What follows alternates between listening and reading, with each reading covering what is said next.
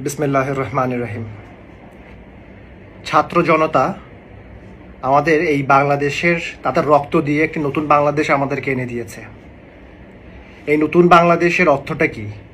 গত 16 বছরে আমাদের বাক স্বাধীনতা ছিল না, আমাদের ভোট দেওয়ার অধিকার ছিল না, আমাদের কোনো স্বাধীনতা ছিল না। আমরা স্বাধীন দেশে পরাধীন হিসাবে আমরা জীবনযাপন করতাম।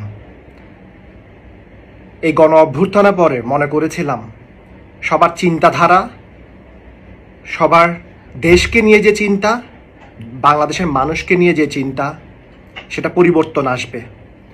বাট আজকের একটা ঘটনায় আমি দেখলাম আসলেই মানুষের মেন্টালিটি এখনো বদলায় নাই, এখনো সহিংস রাজনীতি চলছে। আমার বাবা গোলাম আকবর খন্দকার, তিনি বিএনপি চেয়ারপারসনের উপদেষ্টা, সাবেক সংসদ সদস্য এবং চট্টগ্রাম উত্তর জেলা বিএনপির আহ্বায়ক। আজকে আমার বাবা রাউজানে তার এক সহকর্মীর কবর জিয়ারত করতে যায়। কবর জিয়ারত করতে যাওয়ার সময় তা আমার বাবাই যখন যায় সত্তারঘাটে, তখন গিয়াসউদ্দিন কাদের চৌধুরীর সন্ত্রাসী বাহিনীরা আমার বাবাকে আক্রমণ করে। আমাদের কাছে নিউজ আগে থেকে এসেছিল যে এরকম কিছু একটা হবে, বাট আমার বাবা সব সময় বলেছে যে আমি কোনো সহিংস রাজনীতি করব না। তাই বলে আমরা কোনো প্রিপারেশনস নিই নাই।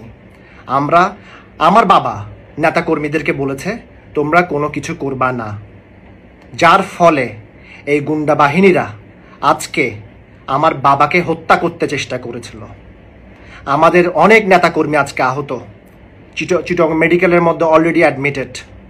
আমার বাবা আহত, আমার বাবার এপিএস আশিকুর রহমান, সাজ্জাদ, ওরা সবাই আহত। কি হচ্ছে বাংলাদেশে? আমরা কি এই বাংলাদেশ চেয়েছিলাম? আমরা তো কখনো এই বাংলাদেশ চাইনি। কি হচ্ছে এগুলা? গিয়াসউদ্দিন কাদের চৌধুরীর মতন লোকরা কি করছে? ক্ষমতায় আমরা এখনো আসিনি, ক্ষমতার এত মোহ কেন তাদের? মানে আমার কথাটা হচ্ছে, আপনারা আন্দোলনের সময় ছিলেন না, আন্দোলনের সময় দুবাই পালিয়েছিলেন। এখন কেন সরকার পরিবর্তন হওয়ার সাথে সাথে আপনারা তো হিংস্র হয়ে উঠছেন কেন?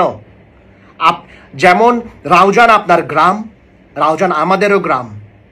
আপনি যেমন একজন বাংলাদেশি, আমরা একজন বাংলাদেশি, আমাদেরও নাগরিক অধিকার আছে। আমাদের অধিকার আছে আমি আমার গ্রামে গিয়ে একজন আমার বন্ধু, একজন সহকর্মীর কবর জিয়ারত করব। আমাকে তো আপনারা বাধা দিতে পারেন না, আমার বাবাকে বাধা দিতে পারেন না। আমার কোনো রাজনৈতিক পরিচয় নাই, আমি তরুণদেরকে নিয়ে কাজ করি। বাট আজকে আমি আসলে মর্মাহত। এই টাইপের মেন্টালিটির মানুষরা যদি বিএনপির মধ্যে থাকে, আমি ধিক্কার জানাই।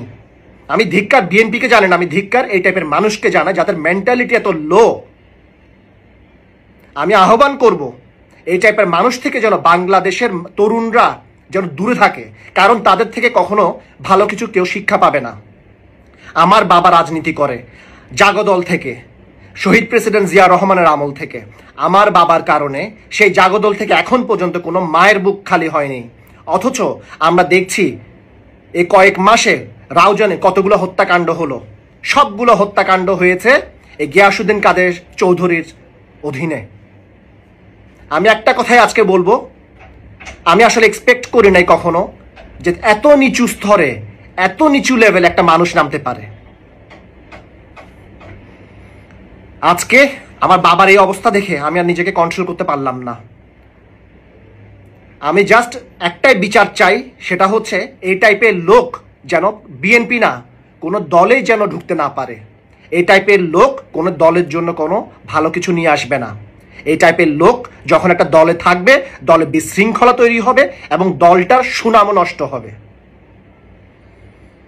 আমি আহ্বান জানাবো বাংলাদেশ জাতীয়তাবাদী দলের যারা আছেন, আমার বাবার সহকর্মীরা, আপনারা আজকে যা ঘটেছে এই ব্যাপারে আপনাদের কোনো রিয়াকশন করার দরকার নাই। আমার বাবা কখনোই সহিংস রাজনীতি করে নাই, করবেও না। আমার বাবা আলহামদুলিল্লাহ এখনো সুস্থ আছেন। হয়তো বা আমার বাবাকে আমি মেডিকেল হসপিটাল থেকে মাত্র আসলাম, গত কয়েক ঘন্টা বাবাকে নিয়ে ওখানে ছিলাম।